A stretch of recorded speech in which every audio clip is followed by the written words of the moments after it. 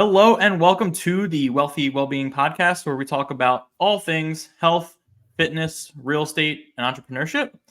I'm your host. My name is Zach Bush, and today I have a friend of mine, a real estate investor. He is a podcast host himself, George Paredes. George, thank you so much for coming on the show today. Oh, thank you, Zach, and thank you for having me, and obviously making time out of your day. As we know, as entrepreneurs, it is keeping to the schedule and learning to kind of follow your own structure.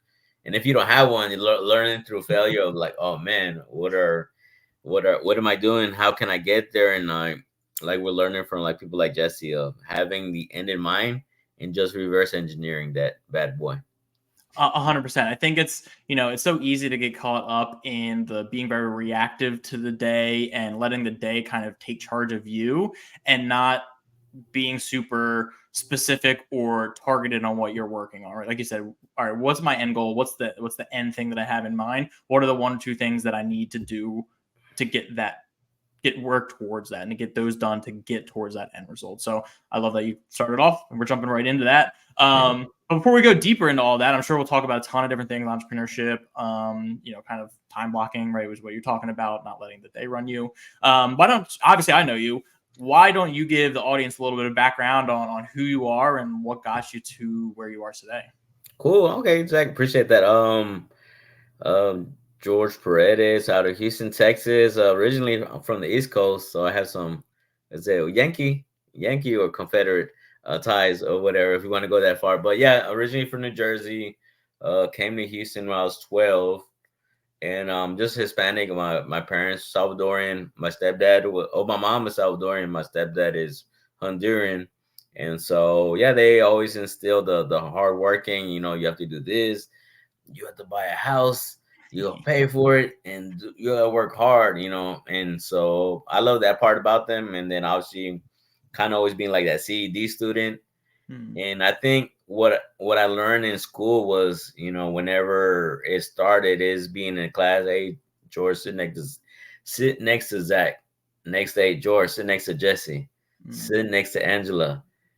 George, sit outside. And then I realized I was a distraction, but I had that gravitation towards any type of person to where I feel like I can have a conversation with almost anybody. But it is learning those skills of, it's like when people say, I like to talk about, I can talk to anybody. No, are you listening to that person? Or are you like talking about yourself to where you're not letting the other person, feel engaged in the conversation? But not to go too much into that, graduated Army for 8 years as a mechanic, enjoyed it, got to see a little bit of the world, a little bit of different cultures, and got out, did a couple of college hours. I think I got 2 associates, something like that, and tried to be a nurse. So I got my associates in applied science, and also when I graduated, I wanted to be a registered nurse, but it was like, do I work or do I go to school? And I don't think I can do both. And unfortunately, at that time, it was having that limited mindset where I don't think I can do that, or I didn't believe in myself as much as I do now. And so decided to, I think I tried to be a cop too. I used to use my GI Bill, went to the police academy, same thing, being that distraction, but for some reason, always being looked on upon as a leader, which I never saw myself as a leader, but I appreciate those signs that maybe God was giving me, like, bro, you're a leader. I was like, nah, I'm not. I'm just a little guy in the background, high school, smoking weed or just making people laugh. But noticing, like, whenever I wasn't around a group of people, like, man, George needs to be here. And like knowing that was my worth at that time. And it wasn't because I was drinking or smoking, or people liked me because I made them laugh, which that was part of it. But it's just honestly being around me. And so obviously appreciating that. And I guess the last W-2 job was at the post office. 7 years, great job. I loved it. I just didn't. I don't think the people there were for me, and it was kind of like a negative. I would say a negative environment where people were just there, kind of like a. I don't want to say too much of a slave, maybe a slave to the money, where all they were in was for the check. They weren't in it to, oh man, this is Zach. This is his package. this is the letter his mom was waiting on. And then, he was waiting out for his mom. Then, let me go knock on Zach's door. Hey, Zach. Hey, he goes, the letter you're waiting for your mom. I'm like, oh, thanks, George. And that little moment goes a long way. And, I didn't have to get out of my truck, but because I grew that relationship with you, and certain people, I was able to connect that way with my customers. But then a lot of people wouldn't take the same consideration or go above and beyond. And that kind of like ticked at me to where it made me realize this is not where I need to be. I can't be here for 40, 60 years getting this nice little paycheck, but then getting too old and not enjoying it. And so I think I joined another mentorship before Sub 2 and kind of had that bug. Like, I think I like this real estate investing stuff. But of course, just like everybody gets swarmed in, all you got to do, you find a property, you put it under contract, you sell it for 10K, and boom. I was like, no. That's simple. Not that simple, but now being at it, Zach, for about 3 years now, I can relate to what's been said, but obviously there's a lot of work behind it. And now that I'm in that position where having that experience from taking that lead from a prospect to a closed contract, I can see each area, but it took me a while to damn near almost lose my property to foreclosure, still calling the sellers, the same foreclosure people I'm calling while I'm going through foreclosure, but being transparent with them. Like, what are you calling me for? Like, I'm calling about your property. What do you care? Well, actually, I'm actually going through foreclosure too, Zach. So I'm trying to see if I can help you out, because if I help you out, I'll get something too, and I'll be able to get out foreclosure as well, or meeting other sub 2 students that way. But being transparent, and I think that's another thing that I learned about myself. It is the business can be dirty, but if you do it the right way, the right people will gravitate to you and make a lot more money. And that is where I'm at right now. And I don't know if I should stop or not, but that's a little bit of where I came from, I guess, and where I'm at now. Yeah, perfect. And we'll get into kind of what's going on in your business now and what that looks like for sure. I like to get, because we've had conversations, we text back and forth, but you don't get into the deep like past, right? Like, Right. It's like, hey, what are you doing now? So it's like, I know who you are now and what you're doing, but it's always good getting that insight from, all right, where do they come from? Like you talk about your parents and stuff like that. It's always good to get that insight, because I think that helps provide like a nice, well-rounded context of who you are, and that leads into like, all right, what does a business look like and why are you doing it and all that. So I loved the description and the level of detail that you went into all of it. Thank you. The first thing I want to start with is, so you mentioned, you were somebody, when you were in school that people just wanted to be around, and you liked talking to people and communicating and learning about them. Is that something that you think was just inherent, or is like something you learned from your parents? Like, where do you think that comes from? Great question, Zach. I believe it comes from, I think, number one, being the only child, and just being able to be honestly curious about other people. Like, oh man, and when you're growing up, oh, I see a black kid, and learning the different backgrounds of, being part of learning that this person comes from a single family home, or this person comes from a very big family, to where I can see like, oh man, people want to be like me, because having siblings, you have to share things. But me being the only kid, I don't have to share a lot. But then again, I may not be getting a lot based on what my parents are willing to bring into the I guess the table per se. And so, yeah, getting that, and just honestly being curious about people, being very passive. So is being able to listen, to where a lot of people like going back at the end of the day, everybody likes to talk about themselves. So kind of being that voice, or that wall per se, even though my last name is Paredes, but it's kind of like being able to vent like how you feel, and like just honestly just listening, and maybe not so much giving you advice at that time. Yeah. And, and we'll talk about your business, but the real estate portion of it, right? Getting to know people about them, like what's their problem, digging into that stuff. Like, you didn't realize it at the time, but you were training yourself for having these conversations with these people that you don't know. And I think that's super powerful. And you're just like, you can tell you're just curious about somebody. I mean, even talking about the post office, where it's like, I didn't like it, as you said, I didn't like it because, people just went in, they clocked out. Like, they didn't care about these people's packages. Like, you have these people's belongings and you want to get it to them, in good condition and quick. Like, you almost sound like you create a little backstory. Like, oh, this package is for, Donna Smith. And like, I wonder where that's coming from her Yeah. mom. Like, he kind of created those fun little stories like about it. And it just, that is such a big thing when it comes to, life in general for sure. But True. business is like, how do I provide the best value for people? I need to care about people. And True. that's probably what's led to your success, at least partially, in what you're doing right now. Yes. Yes. And so you jumped around you've done a lot of different jobs, right? The Army, a couple degrees, like the post office. What about, all of those or each one of those, how has that helped you kind of develop who you are and develop skills in your business now? Got it. Great. I think what helped me was being at each job. I can say the Army, I was in there for 8 years. The warehouse job, I was there for 3 years. And then the post office, being there for 7 years, to where that was something, going back to what my parents taught me, is that you have to be consistent. You have to be on time. Don't call in sick. And I kind of had the reputation through that. And so what that helped me with what's going on now, being consistent, being persistent. The only thing that I always lacked was being on time. but after a couple either reprimands, I kind of got the point to where what I'm doing now, like, man, I'm glad I'm not an agent, because I see agents are usually there an hour before getting ready for the presentation, and I'm over here showing up 5 minutes late with my funny socks. Hey, but I'm buying your property. Don't worry about it. But you were 5 minutes early for this interview, to be fair. At least you were already on the studio when I jumped in, so you definitely have fixed that little bit. Well, thank you, Zach. But other than that, just like I say, just being honest.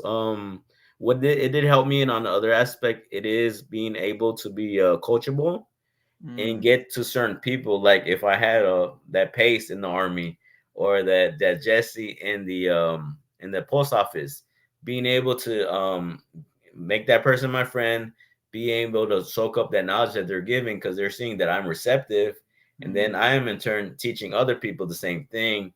And so in each one, if you think about it, all those businesses have been successful was based on the systems they had. So I can follow the system very well. It may take me a couple weeks to learn it, to actually do it. But once I do it, Zach, it's like I can plug you in. I say, hey, bro, in the Army, this is a Humvee. We need to change out the alternator, or the alternator. And this is how you do it. You have to unplug the battery. Then you have to take off all the terminals. And then it's like 3 or 4 bolts. Make sure you take off this one first, because that mofo is going to fall straight because it's heavy. And kind of learning those small things and being able to reciprocate or repeat what I've learned before, and it helps me retain it. And so that, and the same thing in the post office, is being patient enough to teach you what you need to learn by kind of understanding how does Zach learn? Does he learn through just speaking it, by showing it, or do I have to put it like on a piece of paper? And just being patient enough to be able to help you adapt to whatever you need to be done. And obviously being proud of you when either it's a post office where you're getting that promotion, you turn from part-time employee to full-time, like, yeah, you did it, bro. That's all you. And then same thing in the Army, to where like I didn't rank up too high, because at the time I think my mindset was still weak, the not knowing that I was the leader that I am now. But it is appreciating the people coming in and asking me, George, I don't know how to do this. My truck's messed up. How can I do it? And it's electrical systems like water. Find a source, follow it, wherever it stops. More than likely, that's your problem. And just a little tips like that. And like I said, appreciating the people that I met through the journey. And it got me to where I'm at now, where I've done, like I said, those deals from A to Z. I kind of know that I still got a lot more to learn, but it's being able to teach those spots and then getting me to where I'm at now, I believe. But because it was hard, because I didn't have a system, I could have worked with you. I don't like Zach's system, but now I go to Jesse. But what I say, each person I go to, I take a little bit, and then I try to create my own. Yeah, I like what you said about that. You've learned so much, but you still have more to learn. I think people get to a certain point, they're like, oh, I know everything about this. And that's when it's like, yeah.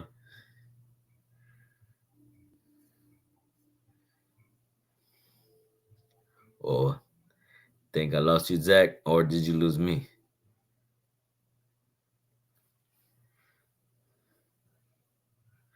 Ooh. And this, and then I taught it to other people.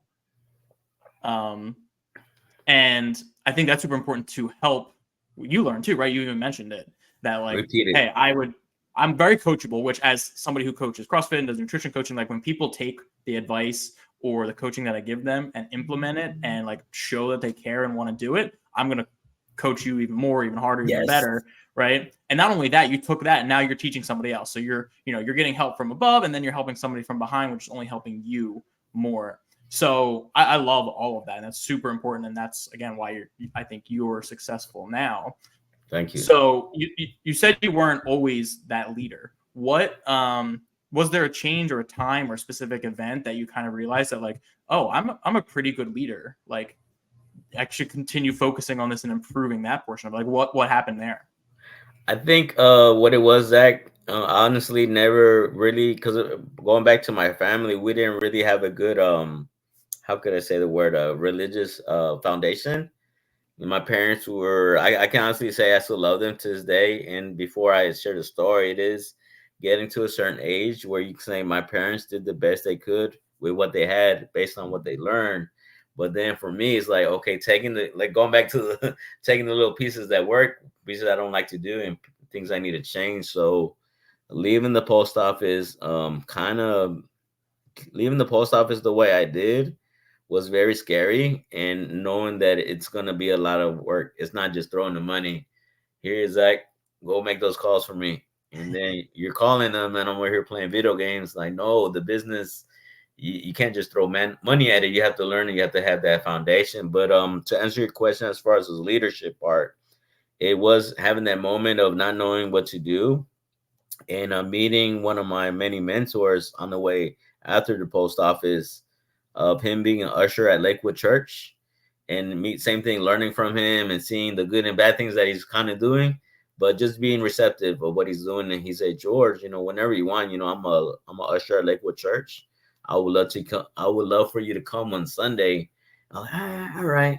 And it took a couple weeks, but let me finally go. And after that, it's listening to either the sermon or even the songs, to where you can understand that. Like, I don't know, one story about Gideon. He didn't know that he was a leader when he was hiding in either a wine jar or something like that. And God's like, rise up, mighty warrior. Or David, getting that little slingshot with that little rock and boom, knocking it down. So those stories of faith made me feel like, okay, yeah, we all have that leadership in ourselves, but we have to go get it. We have to go through those trials and tribulations. The same thing with entrepreneurship. I had these 5 deals. They're under contract, but there's no guarantee that they're all going to close.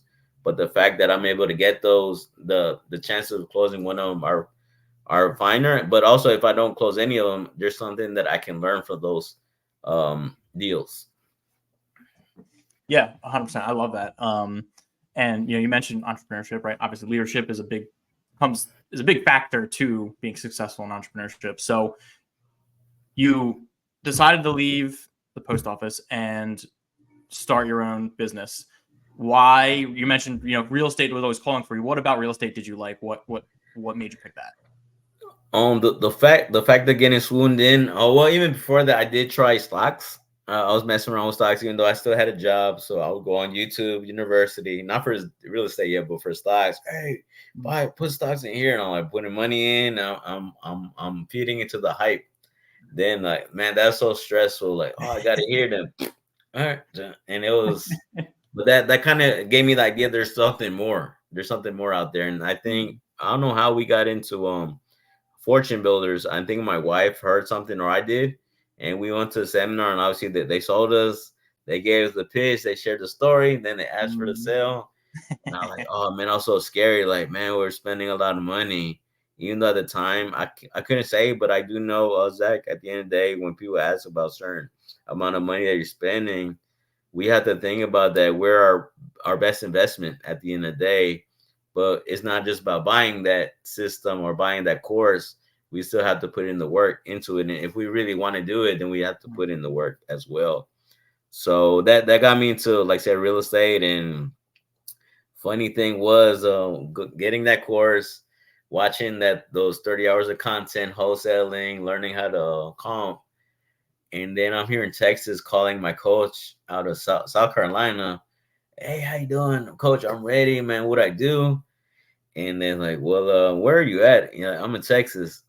That's a non-disclosure state. What does that mean? That means you can't really go off of Zillow. You can't go off of Realtor.com. You either have to work with an agent or go to networking Mm-hmm. events and meet people. Like, oh man, I'm scared. I mean, I won't say I can say I'm scared, but that fear of walking in the room and not knowing nobody, and at the time feeling that you weren't at that level where they are at, but knowing that now that can say you have to start somewhere and face that fear. Just like I left the post office, it seemed like every step to where it's knowing that I will never be comfortable, but it's always, challenge yourself over and over. And if I can get on the side, it was when I was in the post office during COVID, I think one of my friends that was around me contracted it, and luckily I didn't catch it. But because I was around him, the post office told me to go stay home until I get like 2 or 3 positive tests. And during that Mm. time, I was able to watch Dragon Ball Z. And I like to use that analogy in life. It is fighting, getting knocked down, getting your sensu beans, and getting up and looking for the next challenge. Mm. That's such an important thing to learn and to like reinforce, is because it is hard going out on your own and doing your own thing is hard. I mean, even you deal with these challenges at just a normal W-2, but you're not relying on bringing the business in, you're just doing a job. And Right, so now it's like, now when you're responsible for bringing the business in and doing a job or helping people do their job, right? You're going to take those punches and you're going to have to work through that. So I love that you're able right, to kind of learn that and then make the analogy with something that's like fun, because that makes it a lot more easier to reinforce it. right. Fact. Um, so what does the real estate business look like now? Like, what'd you get started in, and what are you focused on now? I got started in typically like still in the wholesaling phase, but more like what am I like I say, how does that look as a business, since I don't have a quote unquote post office or army where it's already structured. Hey George, I'm gonna fill you in right here. You got to start at the bottom, you have the cold call. These are foreclosure leads. There's a lot of emotions involved with it. Get the person to open up to you and we'll buy it. Like, oh man, that's easy. But it's putting in the reps, and then obviously learning who you're following too. Because like I said, that first mentor I had, he was still trying to work where he was at, but I do understand that he was at a certain level and I was below him, but understanding there's other levels above him. So it is going back to what we said earlier. And if I can quote Jay Shetty, it's like you always want to be around people that know more than you, just as much as you, and no less than you, because you're always learning, you're always keeping up with your competition, and then you're always teaching. So starting off, it was rough. Like I said, I was almost I almost lost my property a couple times, because once I did get out of the post office, I took everything out. 401k, I tried to throw it in the business, but not doing it the proper way, which now I can see what way I could have done it, but I wouldn't have known if I hadn't gone through it. And so it took a time. It took a couple times where we're like, oh crap, man, what am I gonna do? Am I gonna lose my house? But for some reason, Zach, in my mind, I thought I could lose everything else, but I don't know if that was God putting in my mind like you're not gonna lose your house. And so that stuck in my head. I'm not losing my house. I can lose my car. I can eat ramen for a while, but I'm not losing this house. And a lot had to do with my wife too. My wife was very supportive, because there were a couple times like when I cold call, like, man, this shit sucks. And then I said, babe, you think I should go back to work? No, keep calling. Like, all right. And so finally, like I said, is that getting the reps in and getting comfortable on the phone, learning how to overcome those objections. And then it was finally closing a couple deals with my other new, I guess my mentor at the time. He had a small little pipeline going on as well, closing a couple deals with them, but kind of like outgrowing him and knowing that we had to separate, even though at the time, I believe he took it the wrong way. But because I don't hold grudges, because I know at the time where I'm learning about stuff too. a lot of these cash deals may not make sense, but this guy pays Morby that I jumped into another sort. I jumped in from one of the deals and just bought in. I was that knucklehead and bought into the system. Yeah, we can do creative. And he wasn't open to those ideas. I'm like, well, shoot, the business got slow, and he's like, George, you got nothing to close. Do you mind jumping into the dialer? And like, no. What do you mean no? Like, bro, I already proved myself. If anything, maybe you could have used that money that we got and bought another VA to fulfill that spot that was missing. And so we parted ways, and I still talk to him every once in a while. He'll have a deal. I say, hey, bro, you need some help? He's like, yeah, man, I'll, help me out. If you can find a buyer, I'll hook you up.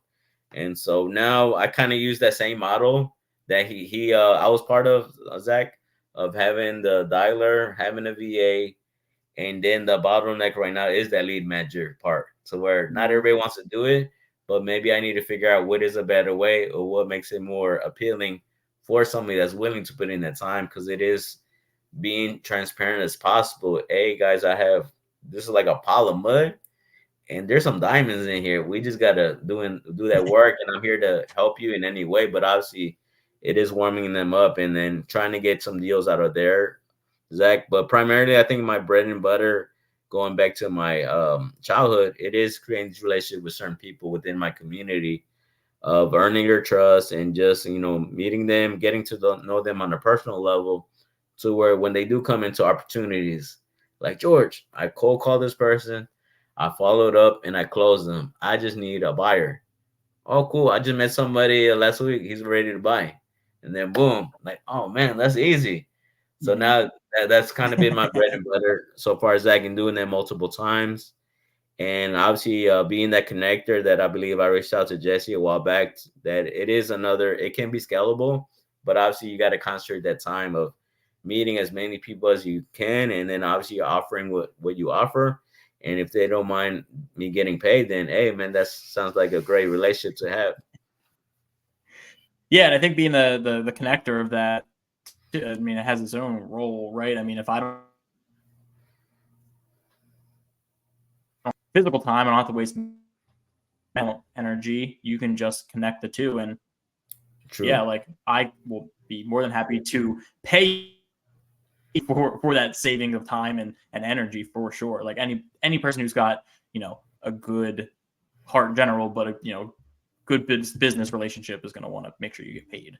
So I love that. Well, so what does your structure look like right now? You said you take pieces from kind of other people's stuff. So you're working with somebody else that you decided to part ways with. What does like the company structure look like? You talked about a dialer, like VA, and you need a lead manager. So what's the flow, I guess, for people who also don't really know what wholesaling is? Like, what's the flow of, your company and of a deal that you've gone through from a high level? Gotcha. I am still working on that, but based on the last partner I worked with, I basically use his same structure since it did work. It is having that dialer, which right now I use ready mode. I was doing it myself because I didn't have a VA, but because of those couple of deals I did close, learning, I'm gonna keep all this money to myself. No, I have to throw it back into the business. And now I have a VA that's primarily so far I had her for like 2 or 3 weeks. She's been pretty consistent on the dialing out about 15 to 13,000 calls a week, producing about 1 or 2, I wouldn't say deals, I would say there's still prospects, but because she does a great job of getting the 4 pillars, then that puts the pressure on me when she throws it into the CRM I have, which is based off a Go High level. It is trying to engage more into them and kind of ask more about the motivation and seeing if there's something there. If not, put them in the proper bucket as far as a timeline, which is another important pillar, which I guess for anybody's listening, they don't know. It is motivation, timeline, condition, and price. And motivation and timeline, I think the most important ones. Right. Because if they want to sell quick, right, they're probably motivated. And why are they motivated? Okay, if I know what their motivation is, I can provide them an option, right? Where you said whether it's cash or if it's a creative deal, just depending on what they really want. So I'm glad. Thank you for breaking that down. That's super important. Your VA, where did you find your VA? Because I know I went through a couple of different sources when I was wholesaling. I'm sure that's like, people Same have thing. strong opinions. So did you hire them independently? Is it through a company? And how was that process? Oh, great, great. Yeah, actually, I was working with another real estate investor. She had a VA that's already working for her, and so she plugged into my system. Hmm. But it felt like I didn't have any control over her. I couldn't get no like create that, like say I like making relations, and I didn't feel like I had that connection with her or that system or that business. So I think Miss Sheila from Sub Two, Sheila Thompson. I don't know if you're familiar with her. I kind of seen her always promoting her business, and we connected on Messenger. We actually had a conversation, and like, George, I think I know the right person for you, and that kind of got me hooked to where obviously it was a bigger pay difference, Hmm. but learning as a business owner and learning through other mentorships, in order to solve your problem, you got to throw money at it. But throw money in the right way. It's like I need an underwriter that's underwrote many deals. They have a proven track record, and I can pay them right. And Hmm. so I hired her, Miss Rufa. She's been a blast. I've been able to hop on the weekends, listen to her calls. And at first they were very direct, but I'm like, that's what I'm paying for. I'm not trying to get her to close.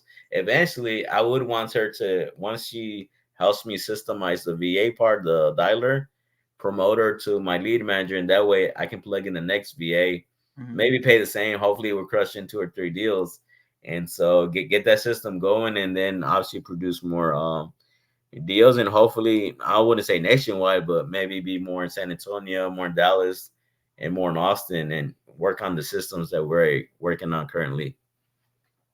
Yeah. So you're just in Houston right now.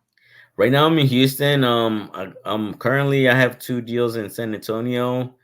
And but those are based on like say just being able to connect with other sub two students, helping them get better on the phone by either hopping on something like this, listening to their conversation and kind of coaching them. I say, bro, slow down, man. You just go like this, go like this, and I can see improvements. And then them they help me as well, and so trying to get doing deals with them. So I currently have 2 in San Antonio sub twos, and they just happened. I think Pay said it a while back, Zach, the 2024 will be the year creative, because it seems like all the opportunities that are coming sound like creative. Not that I'm telling them to, but like, wow, Hmm. sounds like on your situation, your ARV is here, you're at your balance are right here. So it sounds like you have little to no equity. We Yeah. do have another option for you. It's not for everybody, but if your seller and yourself are open to it, I think I could present it to you. All I would need is a mortgage balance, a mortgage statement, to kind of see what the numbers look like and see what type of options we have for you. Hmm. Yeah. And so, you get the lead in, right? You got your VA, she's cold calling, right? Just kind of feeling out, are they interested in selling, getting as many pillars as she can. Then you talked about, you're working on finding a lead manager, which, before we started recording, we are talking about like how important that role is because it's nurturing the leads, it's digging into more of it, and then it's working it towards a close. So is that like, what's the biggest thing you're looking for in somebody who's going to be a lead manager, or maybe somebody that's listening is thinking about becoming a lead manager? What's the one thing that you can like advice you could give to them of like trying to get into that role and what you're looking for? Great question, Zach. I would say being consistent, but also, I guess, from our end as a leader, being receptive of what they need. Mm-hmm. Hey, Zach, is it that you need me to listen to your calls? Do you need any further coaching from me? Because if you're in sub two, then you have access to the same content I do. Or do we just have to have an open office? And it's being, I guess, learning to be that servant leader, Zach, of Mm-hmm. what is it they need from me so I can be a better service to them. And in turn, we all make money together. But it's being able to have that consistency and knowing that expectation that even though this VA came from the dialer, I mean, not VA, but the lead came from the dialer, it may not automatically be a lead, Mm-hmm. and being able to diagnose that lead of saying, how can we advance this conversation? Or is this person even worth it? And going back to learning how to put them in the right buckets, because it is not necessarily pounding, being in there 6 to 8 hours. It is using that time wisely, which leads, make more sense to put into it, or being able to use, I like the analogy of good cop, bad cop, to where if I'm not able to close them, like maybe this lead needs a woman's touch. Let me connect with somebody that I think she'd be open to working with me, or maybe need a direct call with Zach and being an hey Zach, would you be open to JVing with me on this deal? I don't know something about you. I think you'll be able to get this guy to close. This is the information I have so far, or even just simply talking it over with me, and maybe you can see something that I don't see. That's, I think, the important part. It is that, and but also the expectations of it's not going to be quick money. Yeah. So you've obviously been through going through that lead manager process and connecting with the seller. What resources outside of, I mean, I know you use a lot of Sub 2. Is there any resources outside of Sub 2 that you use to kind of help refine your, questions and how you're diagnosing the person and kind of guiding them through the conversation? Like, is there any specific resource you could point somebody to, or that's helped you develop and refine that skill? Great question. Obviously, within Sub 2, say I've been blessed to be in Houston, so I'm very well connected with Jeff Smith, who I guess his nickname is the Cowboy Closer. Being able to see him in live meetings and being close to Sub 2 Drew, and getting to just listen and actually understand. Zach, it's not that I'm a better closer. I'm just talking to motivated leads, and what are motivated leads, and just going through the 4 pillars, but also, like I say, at the end of the day, still calling, and being able to be that active listener, being able to answer a question with the open-ended question, and being able to just pull that out, like find that type of connection with Zach. Hey Zach, even though what you call it, even though I'm not working out right now, but man, I see you killing. I remember when I used to work out, man, I need to get that drive back. Can you tell me what you've been doing? And at the end of the day, you do learn that at the end of the day, people like to talk about themselves. And so if I ask you a health question or a fitness, you go, oh man, I can talk about this all day. I do CrossFit. Man, what about CrossFit do you like? Why CrossFit? Why not a martial arts? Then you're just boom, boom, we're just giving the information. And so outside of Sub 2, it is books. I like reading books, but also rereading them or re-listening to them, because at this time I may be in a different stage. So where now I'm a better closer than I am a better appointment setter. Now I'm understanding, damn, Zach, why is it that you need this property at 150,000 and I'm at 140? What is the difference? What is the 10K difference? Tell me. And more than likely, hopefully I create the report where they'll tell me why, and we can go from there. Because man, $10,000 separating us from doing a deal, what's it gonna take? And then learning how to leverage other people. Like, man, I gotta talk to Zach, but Mr. Seller, if we can go to 145, right now Zach's doing CrossFit right now, and he's in the zone. So if I bother him, but if we get 145, can we make this happen?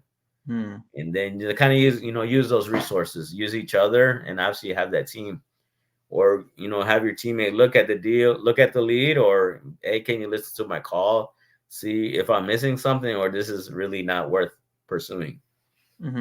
Yeah, the open-ended questions is big, whether it's, you're talking to a seller. I mean, for me, for nutrition coaching, finding out like people's why and like digging into the real reason they're not doing what they need to be doing, right? There's always a deeper reason. And like asking yes or no questions, they're just going to be like yes or no. We're like, all right, let's dig into it a little bit more. Like you said, get them talking, get them thinking.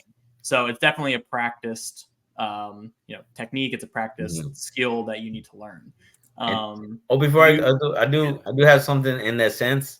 When you're doing that, Zach, and I'm pretty sure you can relate, at the same time you answer, because we all know the answers, but it's like the skills that you're able to ask the open-ended question. Like, wow, damn, Zach, it is true. I need to set that time every morning. Now that I have a VA, now that I have a lead manager, I can block off that 6 to 8 every morning to work on my fitness and get back to where I was at. So, man, thank you for asking me that. And like, hey, bro, that's all you. All I do is ask the questions. And yeah, you should be talking, 80 or 20% of the time. They should be talking 80% of the time, right? It's like, I'm driving the conversation to a certain way, but I'm asking the questions to get you there. Yeah, exactly.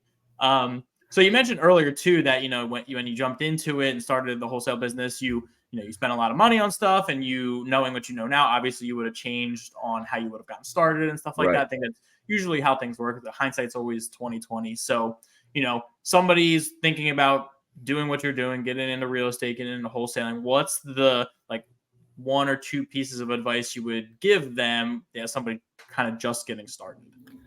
I would say getting started, depending, I guess there's a lot of factors in there. Do you have a job? Do you not have a job? Because I know people that are successful doing a job. I believe you still work a 9 to 5 and you're able to do it on the side. Yep. Or you do like me, just jump out and like, oh crap, I have no safety net. And so either or, if it's in your position, Zach, I will leverage obviously maybe your income to where it is getting the right type of VA that can potentially set you up for a potential warm lead. So that time you do have off, it can be more productive to where all you're doing is based off the notes that the VA left you. You can pull and ask those open-ended questions. But then somebody for myself that maybe has more time but not enough money, obviously go out there and present yourself. Hey, guys, I have a lot of time. I don't have a lot of money, but I believe I have pretty good skills. I'm coachable, and I understand that I'm not going to get rich in 1 month because these transactions are 30 to 45 days. And then obviously you get that person in there, and I guess it's the right system that fits you, just like with relationships. You go on a couple of days, kind of see what's going on, and if you don't like it, hopefully you're able to express yourself, and hopefully that leader or that team leader will be able to acknowledge your gripe and see if there's something that can be worked on. Yeah, that was one of the things that when I was figuring out what I wanted to do when I was first getting started, and I love the advice is, do you have time? Do you have money? Do you which one is the biggest thing that you have? Because if you have time but no money, all right, cool, you're gonna have to put work in. But if you're willing to do that, cool, you can make a bunch of money. If Right. you have money but not a lot of time, all right, how can I leverage the money that I have with a limited to maximize the amount of time that I had? It's a conversation that I had with somebody who was above me, in front of me, and they were like, you have money, but you do not have time. Spend the money to take advantage of your time. And Right. it's definitely great advice. So I love that you brought up those two things, because like you said, it's never really just a simple answer, right? It's it really Yes. depends on a lot of things, but just breaking it down into time or money. What do you have? What are you willing to do to make it happen? So Facts. that's perfect. So you talked about a lot of stuff, but what are two or three habits that that have made the biggest impact on your success and where you've gotten today?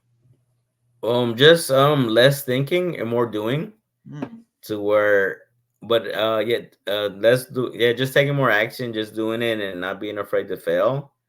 Um, I guess another one, actually engaging more in people at these networking events. Don't go out there to drink and get blasted. It is, interacting with Zach and, hey man, Zach, what do you do? How's when I ask you about business, I don't really care how many deals you're crushing. Is there any bottlenecks in your business? Because I do have a couple myself. I would love to share one with you, because maybe there's something I can get out of you that may help me, and vice versa. And then actually getting to know the person. And a third one, obviously being more receptive to what you hear. Like if I'm listening to Jesse, or if I'm taking time and actually going to Zach's YouTube page and checking out his guests, like, oh man, maybe I can get something out of this. And because it is, Zach, about either it can be on a religious level, or even the mentors that we follow. Like Pace can say something, Jamil can say something, but for some reason, or even Jerry Noren, but because I'm hearing it from Jesse, I'm like, man, it finally clicked. And is being able to receive it, or being more receptive, I guess, to everything, and not complaining when you say, hey, if everything's coming from Houston, it's got to go through me. And now my messenger, George, I have an opportunity. Like, oh man, I got to stop what I'm doing and analyze the deal and be able to say, no, it's not a deal, but this is why. But that's going to take away time. But this is something I asked for. It's funny they talk about like being receptive. I mean, and you talked about how you're always looking to continue to learn and develop yourself, but also how you're taking pieces from other people. And it's funny, like even listening to the same person say the same thing in maybe different ways, it takes 6 or 7 times. I know when I was talking with Jesse and working with Jesse, like it was like the 7th or 8th time he had said something. I was like, oh, that makes sense. It's like, I don't know Yeah, why that happens. Like I've heard this 6 or 7 other times and maybe I just wasn't ready to hear it those previous 6 times, but that 7th time, like right, now it's stuck and now I can, use it and take it forward. So, and you talk about rereading books and resources to kind of refine your skills as a closer and as somebody who's working with sellers. So it's like just one of those things where it's like every time you redo something, you take away something else. So right. I love those pieces of advice. What are your goals moving forward for like yourself, your business, kind of in the next like 3 to 6 months? Got it. Great question. One of my goals, obviously, Zach, going back to the fitness a little bit. I've been slacking on it, Mm-hmm. but obviously it's give or take. But obviously knowing that I can do both, it is realizing when I first started. Obviously, I had a lot more time.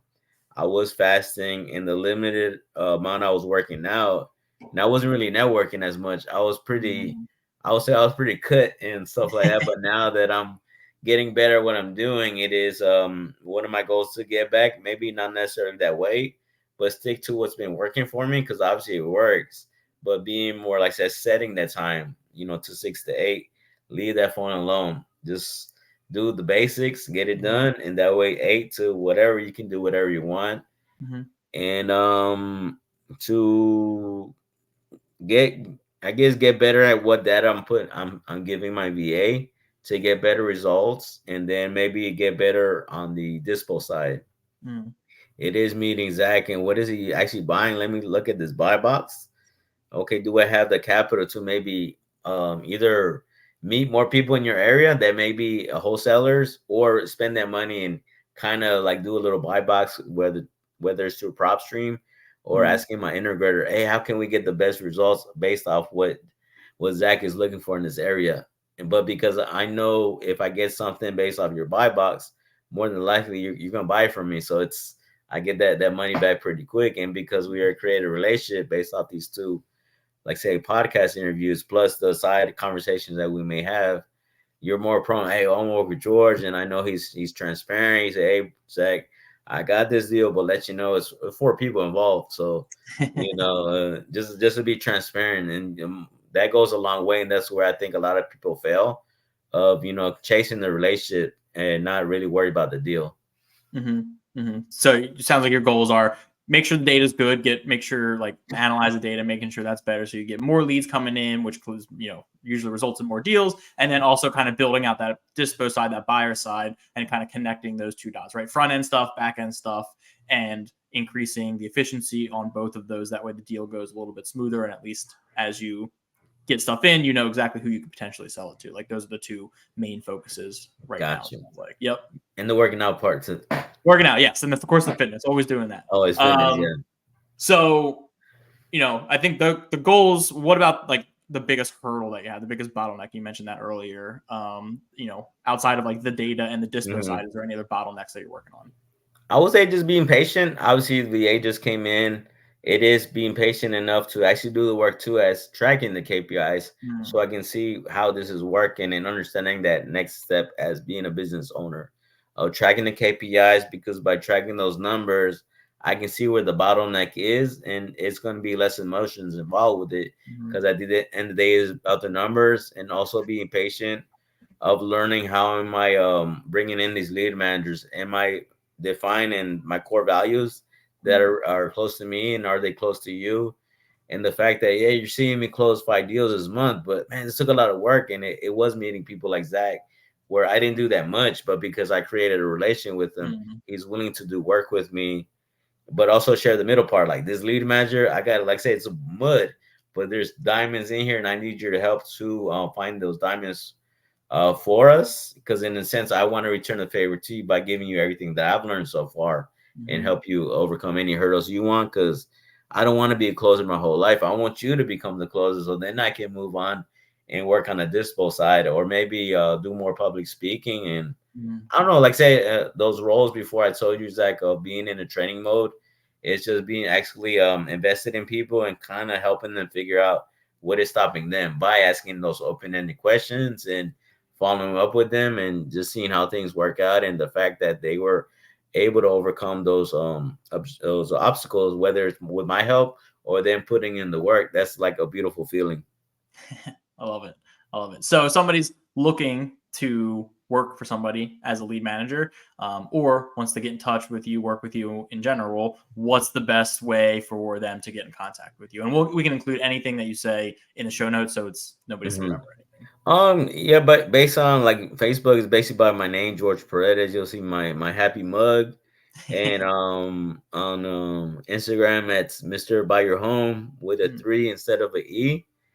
And on YouTube as well. I have you on there. You know, if they want to check you out and see where you made me cry that day. But that's if they want to watch it. I forgot to edit it, so it's there. But yeah, at YouTube at the George Paredes, and then yeah, just DM me. I'm an open book. I'm willing to sometimes give out too much time to. Oh crap, I need to be on some calls right now, but I'd rather spend the time with you because more than likely some good is going to come out of it. And not that that's my initial intention. I'm honestly interested in learning more about you. And there may be something that you may help me out with, you know, like I never done CrossFit, Zach. What do you think about it? I always see people getting hurt. Why is that? You know, and it may have changed from the time when I saw it at 1st till now. Yeah. Awesome. So if anybody is, especially if you're in the Houston area, but if anybody's got anything that they need help with, you know, reach out to George. Super friendly guy. Obviously, he's got a great personality. Loves talking. Loves helping out. So, you know, George, I appreciate the time, and hopefully one day I'll have you back on down the road. Oh yeah, we'll be a what do you call host con or some big group with Jesse or Pace. Perfect. Love it. And no crying on this one, so that's good. Yes. Thanks, George. Appreciate it. Thank you.